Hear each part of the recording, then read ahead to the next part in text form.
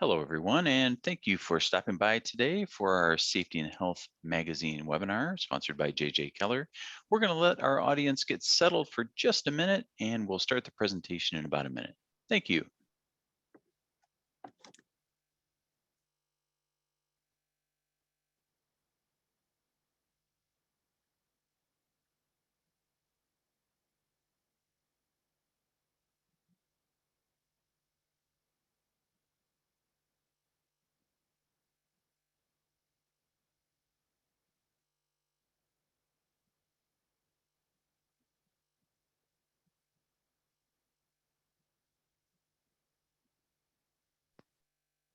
Thank you, folks, for joining us for this Safety and Health Magazine webcast sponsored by JJ Keller.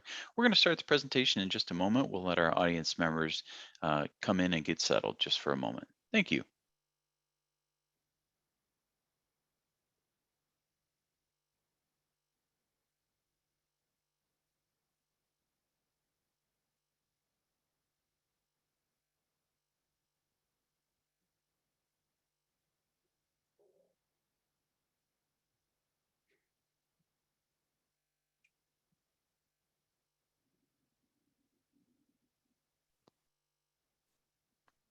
Hello, everyone, and welcome to today's Safety and Health Magazine webcast, Process Safety Management. Do you have a covered process? Sponsored by JJ Keller. My name is Barry Botino, and I'm an associate editor at Safety and Health. I'll be moderating today's event. Before we get started, I have a few housekeeping items to share with you all today. As a disclaimer, the views of today's speaker and organization are their own and do not necessarily reflect those of the National Safety Council or Safety and Health Magazine. Any mention of a commercial enterprise, product, or publication does not mean the Council or the magazine endorses those items. After today's presentation, we'll conduct a Q&A with our speaker. If you have a question, just click on that Q&A button at the bottom of your screen, type in your question, and press the send button. We welcome your questions at any time during today's event. After this presentation, you'll be asked to complete a brief evaluation survey, but I'll tell you more about that a little later. This webcast will be archived so you can access it after today's live event.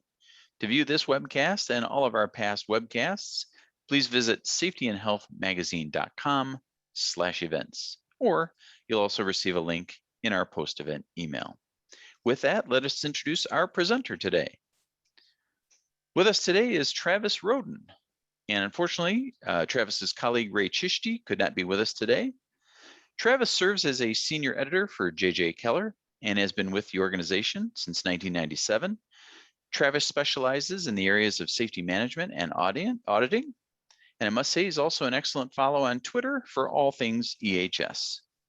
We thank you folks for tuning into this presentation today. And Travis, whenever you're ready, go ahead and take it away. All right, thank you, Barry. And again, thanks everyone for joining us here today to talk about a very important and sometimes confusing topic of process safety management. The term gets thrown around a lot, and you hear the term safety management, and immediately I think people have some assumptions that that it is something that it isn't. And a lot of times that assumption is that it applies to them when maybe it doesn't. But in some cases, you know, the reverse is true, where they don't realize that it does apply, and it does. So we'll try to break down some of that as we go along, and hopefully give you a pretty good idea of really what the standard is. As you can see on the slide there, the key is not just process safety management, or PSM, which is what you hear it referred to a lot, but kind of the key component that triggers it is highly hazardous chemicals. So that is what the standard is aimed at dealing with and controlling. And it's not every chemical, and it's not every chemical or certain chemicals, even in a specific, in smaller quantities. So we'll talk about that aspect, and to that end, we'll talk about just, you know, what does OSHA consider to be a highly hazardous chemical, or an HHC, for purposes of the Process Safety Management Standard. Of course, we'll look at process. What is a process? How do you know if you're covered? And then finally, what steps you would take or need to take to comply. So the problem and what led to OSHA creating the Process Safety Management Standard back in the 90s was a result of numerous explosions, unexpected releases of toxic chemicals. As you can see on the slide, tens of thousands of deaths. And some of the more major ones there are listed that happened in the 80s and 90s. Certainly the Bhopal, India tragedy is one that I think resonates with a lot of people. 10,000 plus deaths, and you know, if you look at the exposure that continued on there after that, probably more than that from a pesticide plant release. And then there have been many others, everything from petroleum explosions to you know, various other chemical releases that have happened certainly before OSHA issued the standard, and they unfortunately still happen because even though the standard did lead to a lot of improvements, it hasn't addressed everything. For example, combustible dust is still a problem in many industries, and it's not properly addressed by the Process Safety Management Standard. So there are some issues with it, but it certainly was a step in the right direction to prevent the number of these types of tragedies from happening, and also to mitigate some of the risks when they do happen. So if there is a release, hopefully, you know, it gets caught or contained before significant loss of life or property damage occurs. So the solution, again, to all of that was OSHA came out with the Process Safety Management of Highly Hazardous Chemicals Standard, which is, you can find that in 29 CFR 1910-119. And you'll note appendices there. This is one of those standards where the appendices, in particular Appendix A, is as important as the standard itself. Appendix A contains a list of approximately 85 specific substances that are regulated by this standard. So it's very important. And it was kind of a two-pronged approach from OSHA and the EPA. So OSHA came out with the Psm standard. EPA came out with what's called a risk management program, or RMP. So some of you may have heard of that one. And 9 times out of 10, if you're covered by one, you're covered by the other. So if you find out today that, hey, maybe you are covered by this, you probably want to look at the EPA's risk management program requirements as well, even though we're really not going to talk about those today. They're quite similar, but obviously the OSHA standard is obviously geared toward protecting worker safety, whereas the EPA program is more geared toward surrounding communities and the environment. But the elements are very similar. And those elements are certainly the key ones anyway: process safety information. So developing, compiling the information that is needed to run the process safely. A process hazard analysis, or a PHA, which is usually done by a team. And we'll talk about that, the different methods that you can do. Training those involved in operating the process. Mechanical integrity. Obviously, if you're going to be running piping and tanks, piping, all kinds of different processes with very hazardous chemicals, you want all the equipment to be in good shape. So mechanical integrity is key. And then compliance audits, where OSHA requires in this standard that you periodically audit your adherence to the standard. So that's one of the only OSHA standards that actually has a self-contained audit requirement in it. So that's kind of a little bit unusual there. And, you know, what we're trying to prevent, again, this just kind of lists some of them. And if you kind of look at them, they go sort of with that, if we think about that pyramid that you sometimes see, Heinrich's pyramid of, you know, for every one fatality, there's X number of injuries and so many near misses. It's kind of the same way with this. If you start looking at what all can happen, you know, there can be process failures, there can be mechanical breakdowns, business loss, but they, you know, they don't always lead to things like explosions or toxic clouds or spills. Human error can come into play, leaks. So there, you know, there's a lot of different things that you're trying to prevent with a good process safety management program.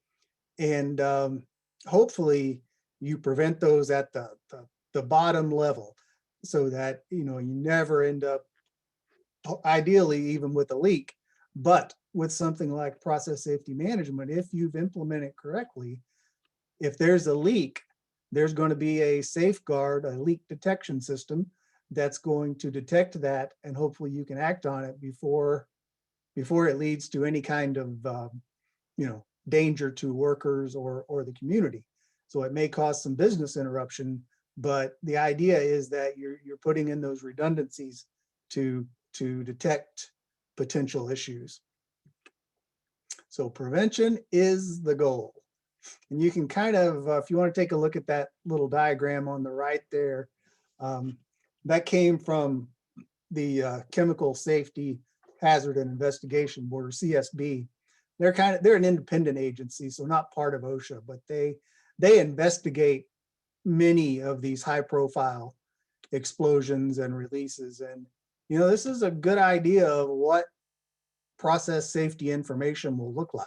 So if you're running a you know, a decent process, you're gonna need to compile this type of information and have all of this on file as to exactly how the process works, what equipment feeds what, the direction of flow of all of this, and so forth. So it is a very, there's a lot to it. If you're covered by it, there's a lot you have to put in place. Layers and layers of controls to ensure the integrity of the process and prevent that, like we've been saying, catastrophic consequence from occurring.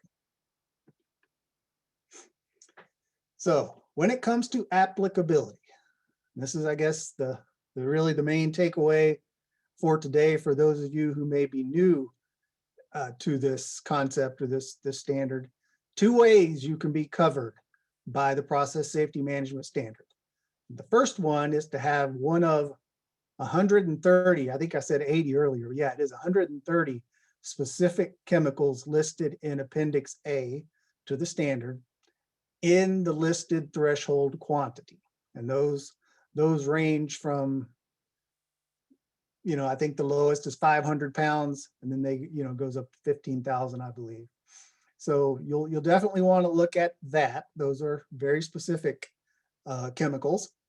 So that's one way. The other way is having any flammable gas or flammable liquid in a quantity of 10,000 pounds or more on site and in one location.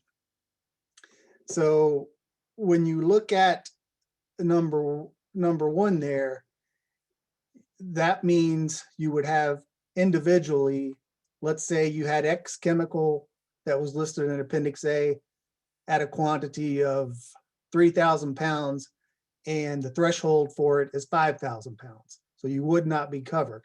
And if you had another Appendix A chemical in 3,000 pounds and threshold limit was 5,000 pounds, you still wouldn't be covered. You don't have to aggregate the first one.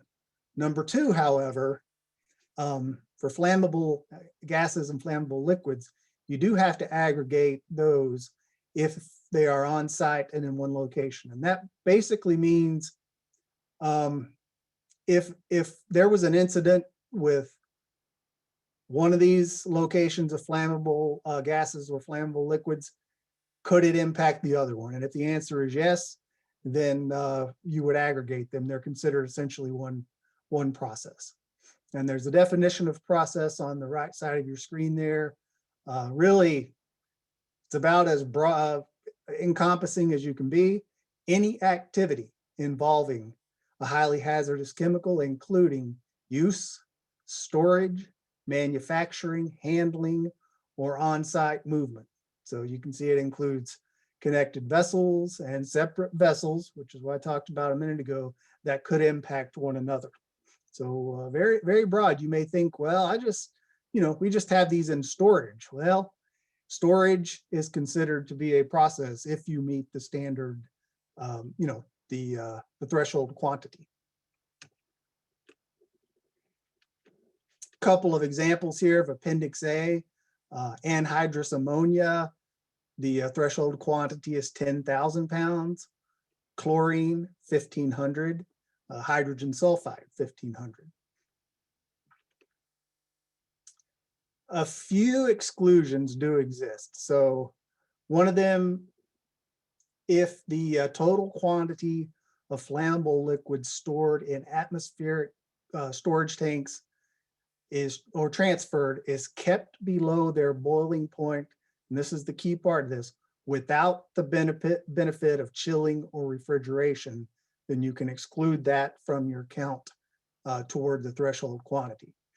Also, hydrocarbon fuels that are used solely for heating or gas for vehicle refueling. So they're used solely for workplace consumption as a fuel.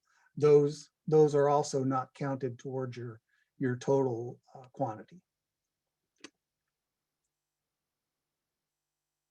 And there is this this other issue that you need to be cognizant of, and that is called the Muir decision.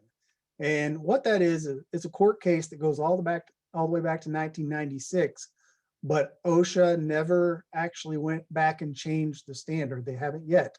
So it still stands, and it impacts how flammables, how they treat flammables that are stored when they are in or transferred from atmospheric tanks. And basically they're exempted regardless of the quantity. And that's kind of a loophole. But even though they may be exempted from PSM, they're still covered under the flammable liquid standard at 1910-106, and sometimes the general duty clause. So just remember that it only applies when it's in storage. So it's the flammable liquid part that is in storage in an atmospheric tank.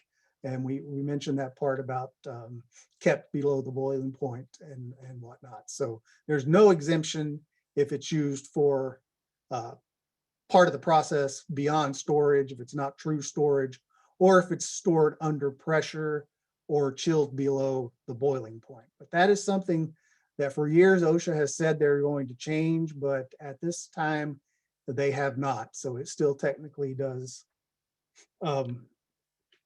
is still an exemption. Few other exemptions, and these are more broad. They don't necessarily apply to specific chemicals, but rather industries or situations. So retail facilities in those specific NAICS codes listed are exempt, as well as oil or gas well drilling or servicing operations. And then facilities that normally are not occupied by workers or anyone, those are also exempt. We often get the question, well, what about if I'm a small employer? I've only got 10 workers. Do I have to implement all of this? And unfortunately, the answer is yes. The standard does not differentiate between how many employees a company has. It's triggered by having a covered process. So studies have shown actually that smaller companies are more likely to actually have a release or injury. So it's very important for any employer who has a covered process to implement these steps. The good thing about being a smaller employer, you may have a better chance at separating chemicals so that they would not have to be aggregated, or to limit the quantities that you have on site at one time. And again, that can reduce the coverage. So, if the threshold quantity is 10,000 pounds, and you can set it up so that you don't, your inventory is such that you never reach that 10,000 pounds, even if it's 9,000 pounds, then it would never trigger the standard. So smaller employers can get away with that sometimes. Also separating it so that, if one process is here and you can move another one, or separate it through engineering type barriers or walls or that kind of thing, buildings, you can limit coverage by reducing the quantities that you have to aggregate. But just a few examples of industries who are covered by process safety management and that often have covered processes. Some that you might not automatically think of: pharmaceuticals, for example, a lot of times are covered. A lot of the food manufacturing facilities will be covered, and that's because of the ammonia refrigeration systems, which are ultimately considered processes if you have the proper quantities. So, this list may surprise you a little bit when you start looking at that. It's pretty broad in terms of which industries do have covered processes.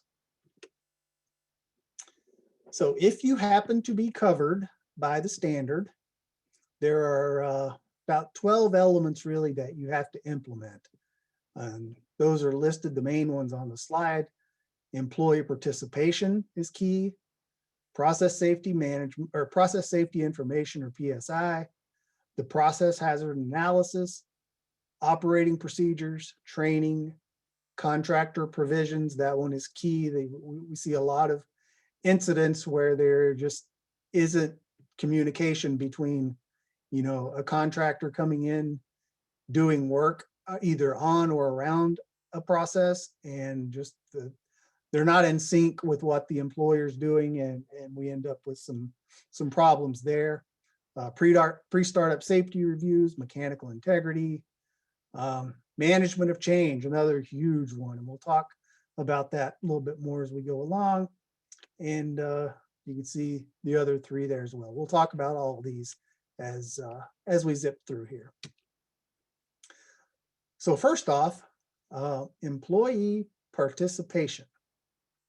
So with this, you are required to create a written plan, provide the access to all the information that's necessary to the workers, as well as consult with them on how to implement the process. So, and all the information that goes along with it. So workers are going to have key information to share as far as how the process operates, or could operate, or should operate. So you are required to consult with them, have them part of the development of the plan, and certainly provide access when they request it. So if someone wants to see the process safety information, and they're involved or could be impacted by the process, you certainly would want to give them that information. And that is one of the things that JJ Keller can do. I think we might have a poll here to launch.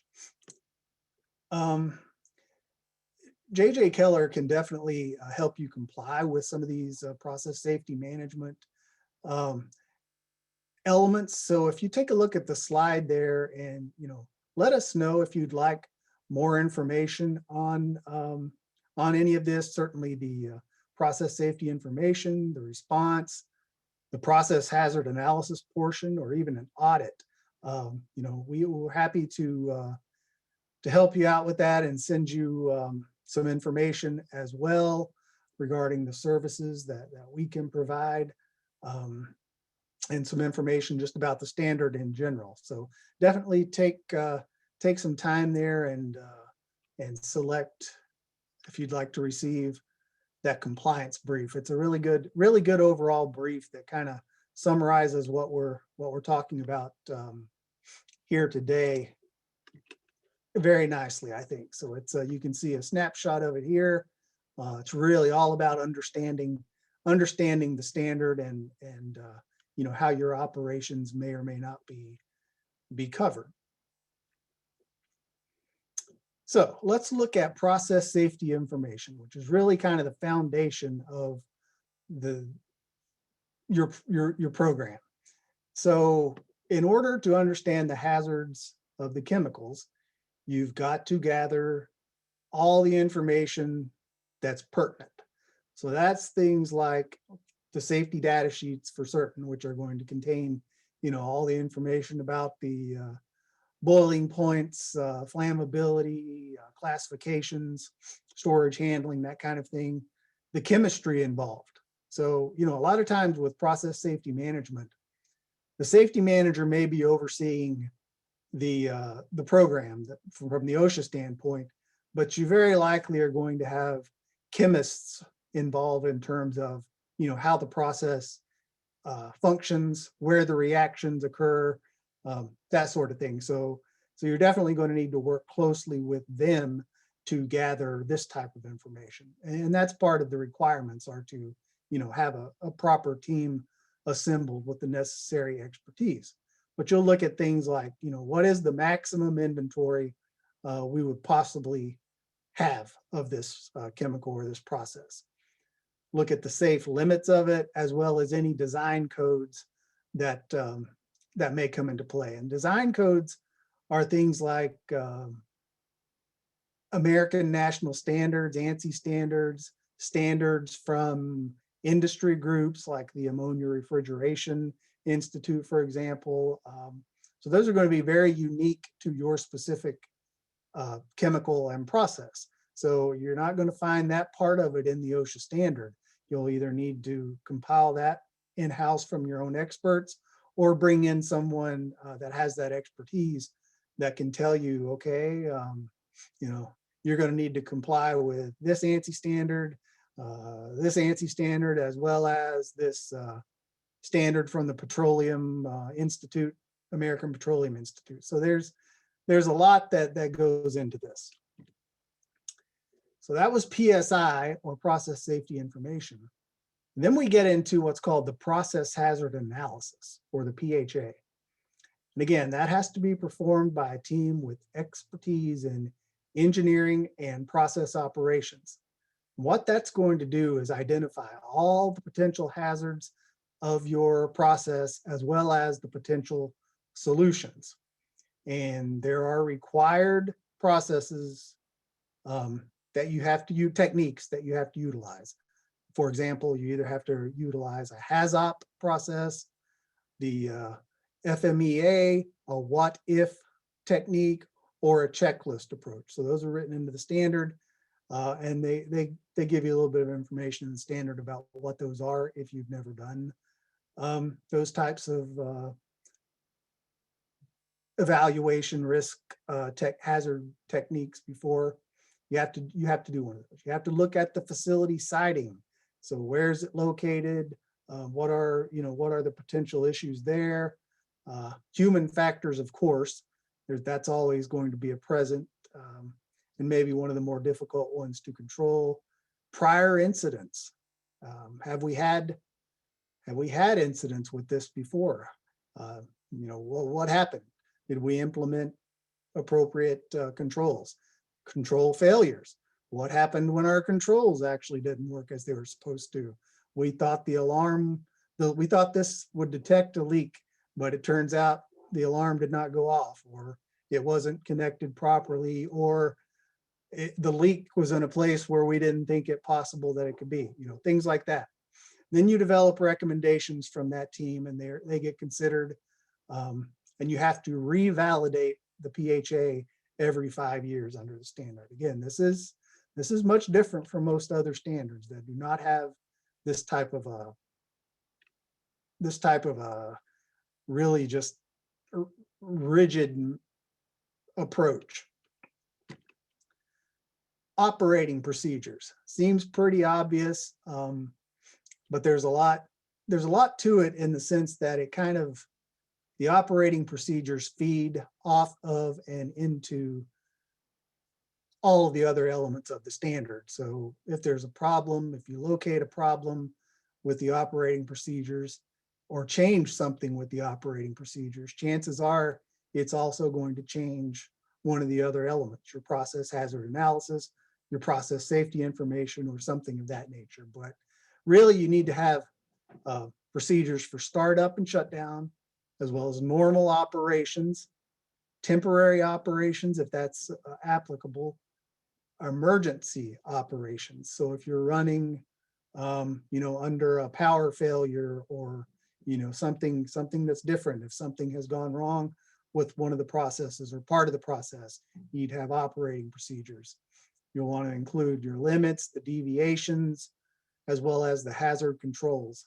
And this one is an annual certification. So again, operating procedures annually, process hazard analysis every 5 years. Training is one of the more straightforward parts of the standard in terms of what you have to train on and when you have to do it. So there's initial training, and this is for all employees who are involved in operating the process. So you wouldn't necessarily have to include an employee that just, happens to walk through the facility on occasion. But if they're involved in operating the process or could be impacted, then you would need to train them in the process overview, the hazards, operating procedures, and safe practices. And I think we have maybe another poll here where JJ Keller can certainly help you comply with these 14 elements. Training is a big part of what we do here. So we help by reviewing logs of employee training on safety-specific health hazards, emergency operations, including the refresher training that has to be conducted every 3 years. And that jumps right into contractors, really, because they need to be trained as well. And they need to have, in a lot of cases, their own process safety management programs, and the two parties end up working together. So it's not necessarily a matter of who's responsible. If you're a host employer, you bring in a contractor to do work on or around your process, there has to be an exchange of information between the employer and the contractor in terms of what precautions are in place, what are the hazards, who's going to be doing what. The employer has to evaluate the contractors they're bringing in. And then the contractor needs to train and notify the facility of any hazards that they may be bringing in.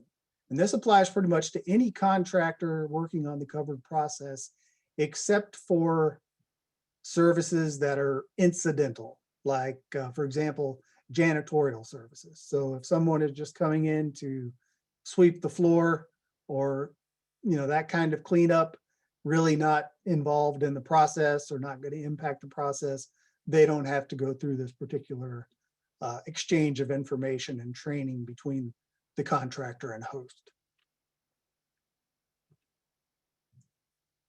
So pre-startup safety review. This applies to new and modified facilities. So if you've already got the facility, in place, this should have already been done. But in a lot of cases, it kicks in when a process is taken offline or something of that nature. And basically, what you want to make sure of is that, and the standard lists all of this, that it's in accordance with the design specifications. You've got the operating procedures, everyone's aware of that. any changes that have taken place have been reviewed, and that the operators have been trained. So you want to do all of that before you would restart or start up a new process. And then we get into things like mechanical integrity. Again, obviously talked about that earlier. This is not the thing that you want to mess around with faulty products or not doing your inspections or preventive maintenance. Mechanical integrity is really what keeps the system, from leaking or releasing or exploding. So there's definitely that maintenance component, regular inspection and testing, as well as applying the RAGAGEP, or the recognized engineering and good practices. So you can see that there. And again, these are all going to be very unique to your process. I get that question a lot, how often do we need to run this test on our process, or how often do we need to inspect this particular valve or gasket, or what does it need to be designed? What material do we need to use for the piping? And you got to look at those engineering practices and those ANSI standards and codes. Those are really what's going to tell you what it is. And there are infinite number of types of processes out there, so they're all going to be different depending on what chemicals you're using. If you just look to the right there of the picture, you can see you've got all kinds of stuff going on there. And if you've got chemicals that form a reaction, that's going to be a different issue than if you don't. So you really do have to look at your particular process and equipment and find out what those engineering practices are that go along with it. So hot work permits, nothing new there as far as most of you probably are concerned in terms of you're used to that with welding of all sorts, but certainly when you're conducting any type of hot work on or near a covered process, there has to be a special hot work permit issued that needs to be documented. So that's just included in the process safety management standard. It doesn't go into much more great detail about how you do the welding and whatnot, but it does actually weave that right into the 1910-119 standard. Management of change. This one may be where we see the biggest number of breakdowns occur, where there's a replacement of a part, something gets changed, and for whatever reason, the company does not go back and take a look and go through all the proper steps that we've talked about up to this point, where they don't effectively evaluate, or they just don't understand what the potential ramifications could be of making a change, say to even something as small, seemingly small as a gasket, where they switch to a different kind or something of that nature, and it just doesn't hold, and it ends up leading to a release or a failure. So it's written into the standard that you do have to evaluate every single change to a process, even temporary changes. So if it's just going to be something, until you can get a permanent change in place, you still have to go through the management of change process. The only exemption from that is replacements in kind. So if you're replacing a part with a part that is essentially exactly the same, you don't have to go through this specific hazard evaluation. But otherwise, you really do have to assess it and go through those, basically all that process hazard analysis that we've been talking about. You got to look through the entire process to see what the effect would be. And you never want this to happen. Unfortunately, it does happen all too frequently with chemical processes, and that is an incident happens. So the process safety management standard does include an entire section on incident investigation. And again, this is one of the few standards, OSHA standards, that actually does this. And it requires you to investigate actual incidents, so where there has been a release or an explosion or fire, as well as near misses. So that's the critical part not to miss. And the investigation must be prompt, meaning as soon as safely possible, and it has to involve employees that are knowledgeable in that specific process. And then, of course, you have to document your recommendations and findings, as well as those corrective actions that you've implemented based on the investigation. And most of the time, those corrective actions, especially after something fairly significant happens, is going to result in going back and revising operating procedures, possibly your process safety process safety information, and so on. So again, each of these elements kind of work together, and they all sort of feed each other. And then we have so emergency planning and response.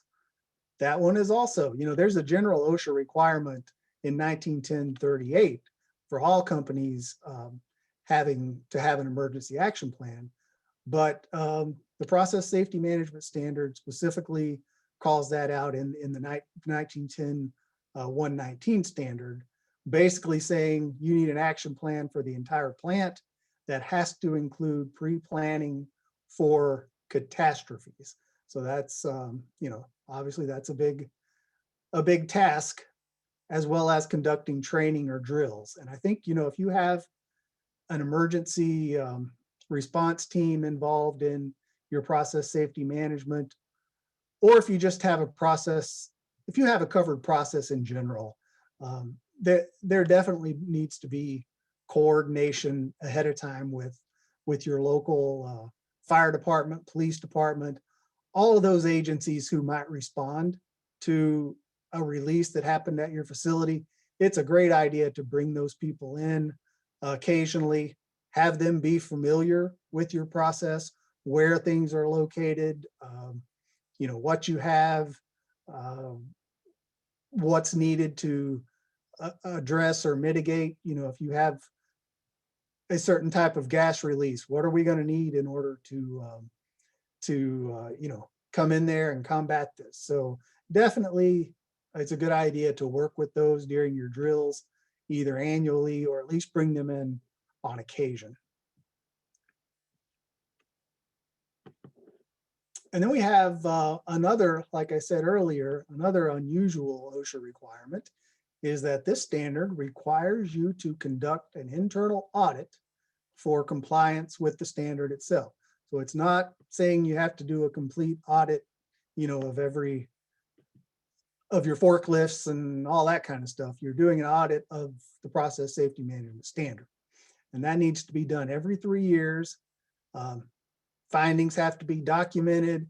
And of course, you have to address any deficiencies that would be found along the way.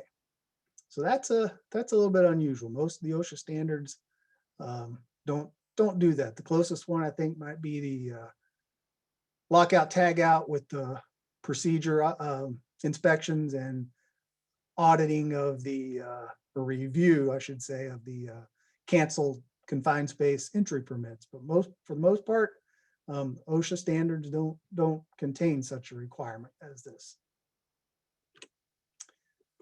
So I know we've moved through this pretty quickly, but it's a beast of a topic. And if you're covered by it, it's definitely something you're not going to comply with, in a day or two. It's going to take a lot of time, a lot of resources, and maybe some outside help to get it up and running and functional. So, just remember, they don't call them highly hazardous chemicals for nothing. They are definitely the cause of many serious and high profile explosions and releases. And that's the other part of this. We don't, you talk about the damage, obviously, to the facility. Certainly the important thing would be the safety of workers or the community and the environment.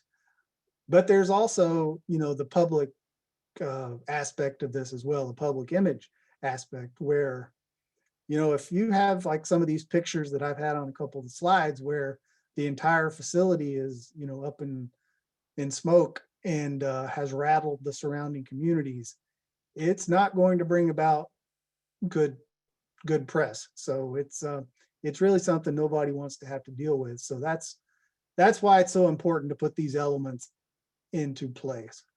And as we mentioned, it does cover pretty much all industries and all sizes of employers. So, and if you are covered, there are a lot of requirements that you do have to implement. And with that, I think we have maybe our last poll to bring up here. Again, this is just giving you an opportunity to get some information from J.J. Keller in terms of a process safety management compliance brief, as well as some information on how J.J. Keller consulting services can help you with figuring all this out. I mean, I know I've thrown a lot at you today, especially if you were new to this and you may or be on the fence about whether you have a covered process or not. You definitely, if you need somebody to help you out there, certainly take a look at that poll question and select what you desire there. And I believe that'll take us maybe to our what questions that we have time for that have come in. Well, thank you, Travis. We appreciate you sharing your insights with us today. Before we start the Q&A, I want to let everyone know about the evaluation survey that we're asking you to complete. The survey will open in a different screen after this webinar. Your input is really important to us because it does help us to improve our future webcasts. And just a reminder for our attendees, if you'd like to ask a question, feel free to click that Q&A button at the bottom of your screen. If we don't get to your question today, all unanswered questions will be forwarded along to Travis today. Now let's go ahead, Travis, and get to some of those questions. We had a couple come in regarding specific situations. For example, Andrew from our audience asks, if there are two HHCs on site, but they're separated by 300 feet, would that be a part of PSM? That is a very good question. And first thing you need to look at is the quantities. So if they were, let's just assume that for this scenario, you do have enough quantities that the processes are covered. What you have to look at is whether, an explosion in one could reach an explosion in the other or impact in the other. And it's not necessarily something that you can pin down in terms of 300 feet versus 250 or 400.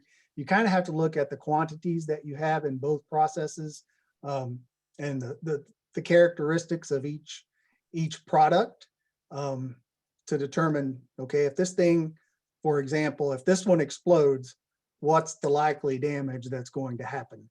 And then that again can even depend on the controls you have in place, sprinkler systems, various things like that. But certainly OSHA does recognize, to get to your question, separation by distance as an effective means of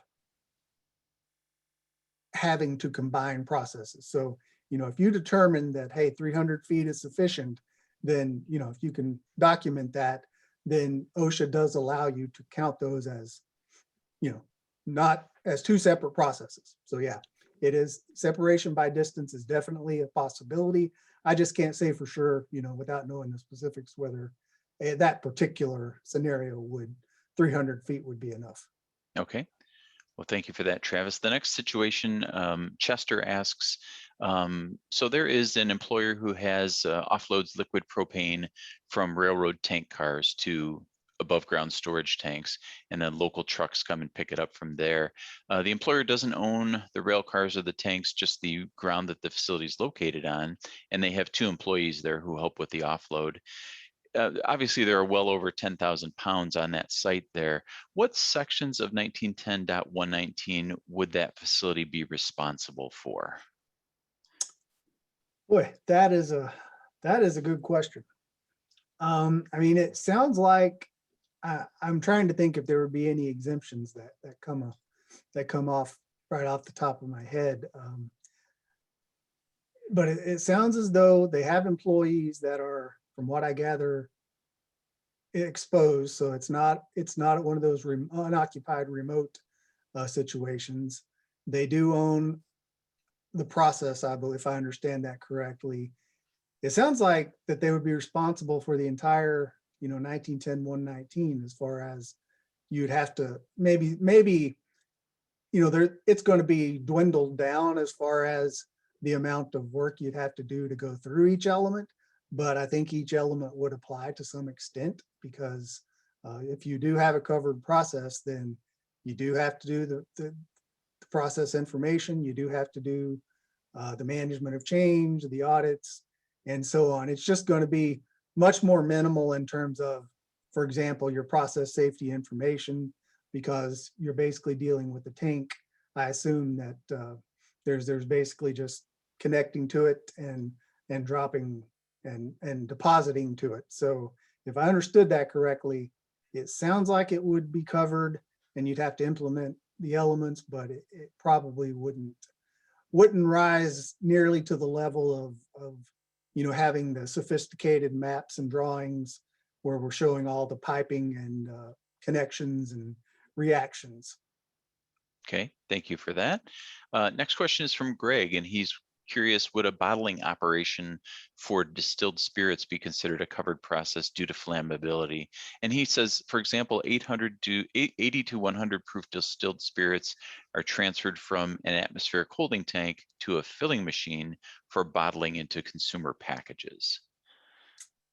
Yeah, I would believe if you have 10,000 pounds or more in that process, and like you say, it's flammable, that sounds like it would be covered to me. I don't believe it would fall under the retail exemption. It definitely sounds like it would be covered. Okay, thank you, Travis. Next question we'll send to you. Arthur wants to know, could you share the location or the web link for the list of highly hazardous chemicals? Yeah, if you go to the OSHA website and click on there's a tab they have there for laws and regulations. What you want to look for is 1910.119, so 119, and then specifically Appendix A is the list of highly hazardous chemicals. Okay, great, thank you. Another question from Andrew. He's wondering, is it correct that a host must keep an OSHA 300 log for contractors that get an OSHA recordable while working on site? If the host supervises the day-to-day work of that contractor, or if it's a temp worker, same thing applies, then you would need to count that person's recordable on your log. You do not have to keep a separate log for contractors, but if a contract employee is under your daily supervision, then you do have to log any recordables to them on your log. But if they're coming in, working on the process, and they have pretty much, you're not really directing what they're doing, then they would be logged on their own, the contractor employer's log. So, and they only get logged once. So it's either going to be on the contractor's log or the host employer's log. And like I said, the key is under OSHA is who's providing the day-to-day supervision. Okay, great. And I did want to mention we had a question that I answered offline. One of our viewers today, Kenneth, asked about RAGAGEP, and according to OSHA.gov, that from their website, recognized and generally accepted good engineering practices. So just wanted to share that bit of Oh, information yes, for yes. everyone. Good question. That one, we throw that term out there so much that a lot of times don't define it. But yeah, RAGAGEP, you'll hear it. But yeah, it is, as Barry said. Okay, our next question is from Anthony. He's wondering where he could find an updated list of the most frequent PSM NEP citations. So the only way I can think that you can do that is through the OSHA website. If you go to, there's a tab called data. I think it's data and something else, but data is essentially the key. Click on that and then find frequently cited violations. And once you get to there, it defaults to an industry field, but up at the top, you can switch it to view profile by standard. And once you click that, then basically what you do is click in, put 1910-0119 in there, no period, and it will give you all of the OSHA citations that have been issued over the last year. I don't believe it gives you, it differentiates between whether it was conducted under the emphasis program or not, unless you click on each specific inspection. That's the only way you can delineate between, but usually they are going to fall under that. The majority of them come through the national emphasis program, I think. But the other thing you can do is always fill out a freedom of information request from OSHA, and they will provide that information as well if you want to know specifically about the NEP. Great, thank you, Travis. We talked a little bit about liquid propane gas earlier with Chester's question. David wants to know, is LPG covered under the PSM standard? So yeah, if you have, if it's considered to be, a flammable liquid, if you look at the safety data sheet, if what you've got's flammable, then, and you have 10,000 pounds, then it would be covered. The trick with that is, if it's not covered by PSM, OSHA does have a specific standard, a different standard, that 1910-111 or 110 specific to LPG. So you'd want to take a look at that. So even if you're not covered by PSM, you'd be covered by the other one. But it's not as rigorous. I mean, it certainly addresses the hazards of that type of substance, but it's nothing like the PSM standard. So one or the other, though, you would be covered. Okay. Kind of similar to flammable liquids, where you have 1910-106 that provides things like how much can be stored in a cabinet, how much can you have outside of a cabinet, type design of containers, and what do you do when you're transferring it from one container to the other, dispensing and that sort of thing. It's a pretty thorough standard, but it doesn't have any of this audit, inspection, process safety information, PHA type requirements in it. Okay. And Adam is asking for a clarification. He asks, did he hear correctly? Is he exempt if flammable materials are stored at atmosphere and have a boiling point well above atmosphere? They're exempt if they are kept below their boiling point without the benefit of any type of chilling or refrigeration. So if just their natural state, if they're kept below their boiling point in the atmospheric tank. Okay, great. And it looks like, Travis, we have time for one more question. And that question is, do covered establishments under PSM have to register with OSHA? No, they do not, surprisingly. Get that question a lot. You don't have to tell OSHA that you have a covered process. It may be different under, EPA. I think they find out through various reporting mechanisms what you have, but with OSHA, no, you don't. You basically just determine yourself that you have a covered process and you comply with it. And if OSHA ever comes and does an inspection, that's when they will determine, that you have one Okay. or should have one. Great. Well, folks, unfortunately, we've run out of time today. We thank you all for attending the presentation, and we appreciate you taking some time to share your feedback via our survey. A special thank you today goes out to our terrific presenter, Travis Roden, and the entire team from our sponsor at JJ Keller. This ends today's Safety and Health Magazine webcast. Take care, everyone, and have a safe day.